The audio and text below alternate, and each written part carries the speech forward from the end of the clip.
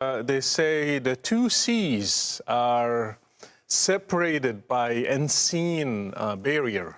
And you can see it in many surahs. One of them is 55, 19, 20. In two surahs, actually, not many. He released the two seas meet in one another. Between them is a barrier, so neither of them transgresses. Mm-hmm.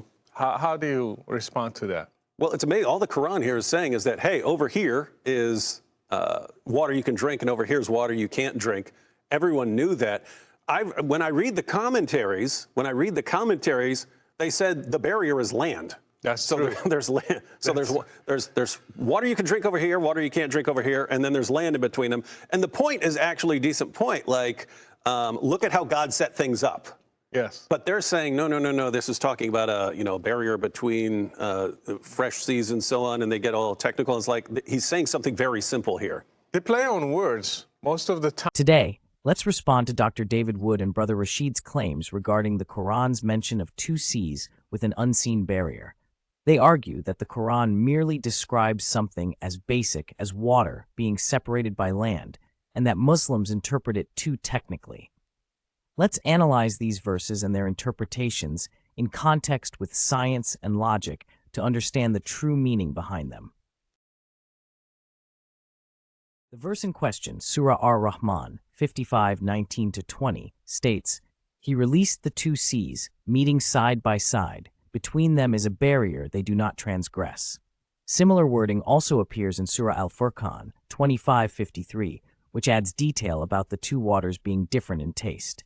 "And it is He who has released simultaneously the two seas, one fresh and sweet and one salty and bitter, and He placed between them a barrier and prohibiting partition." This language describes 1. Two distinct bodies of water that meet yet do not blend. An unseen barrier between them that keeps them separate. Contrary to David's suggestion, this is not referring to two bodies of water separated by land, but two seas directly meeting, remaining distinct, yet without visible separation. Modern oceanography reveals something fascinating that aligns with these verses. 1. Haloclines, salt barriers. In some areas, such as where the Atlantic and Mediterranean meet near the Strait of Gibraltar, there is a difference in salinity, temperature, and density between the two bodies of water. Although they meet, they do not blend completely, maintaining distinct characteristics due to a phenomenon called a halocline. 2. Thermoclines, temperature barriers. Similarly, differences in temperature between water bodies can create a thermocline, where the warm, less dense water sits on top of the cooler, denser water below, preventing mixing. This barrier is not visible, yet it is a scientific fact recognized by oceanographers, which fits the Quranic description of an unseen barrier between two distinct bodies of water. David interprets the barrier as a piece of land separating fresh water and salt water. This interpretation, however, does not align with the wording or context. 1. Verse context. The verses specify that the two seas meet yet do not transgress, indicating they come into direct contact rather than being separated by land. 2. Scientific accuracy versus common knowledge. While people in the 7th century knew freshwater rivers could not be drunk once mixed with salt water, they had no knowledge of haloclines, thermoclines, or unseen barriers that prevent mixing within the same body of water. These are sophisticated scientific details discovered much later. Absence of land mentioned in tafsir. Classical Islamic commentaries, such as those by Ibn Kathir and al-Qurtubi, do not mention a land barrier, but refer to divine phenomena that allow waters to coexist without blending.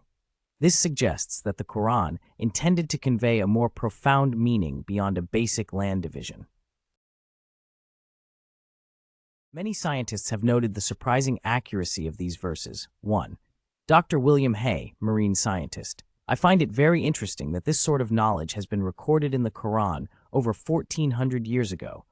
It reflects an advanced understanding that humans couldn't have known at that time. 2. Dr. Maurice Bucaille, scientist and author. In his book The Bible, the Quran and Science, he wrote, "The existence of such a barrier prevents the two seas from mingling in spite of the surface tension that keeps them apart. This is a fact that was observed only recently and that the Quran had already clearly expressed. 3. Jacques Cousteau, oceanographer, attributed. He is noted to have found it remarkable that ancient texts like the Quran contained descriptions aligned with modern scientific understanding, leading him to investigate further the origin of such insights. In summary, the Quran's verses on the seas contain knowledge that goes beyond common observations of the time.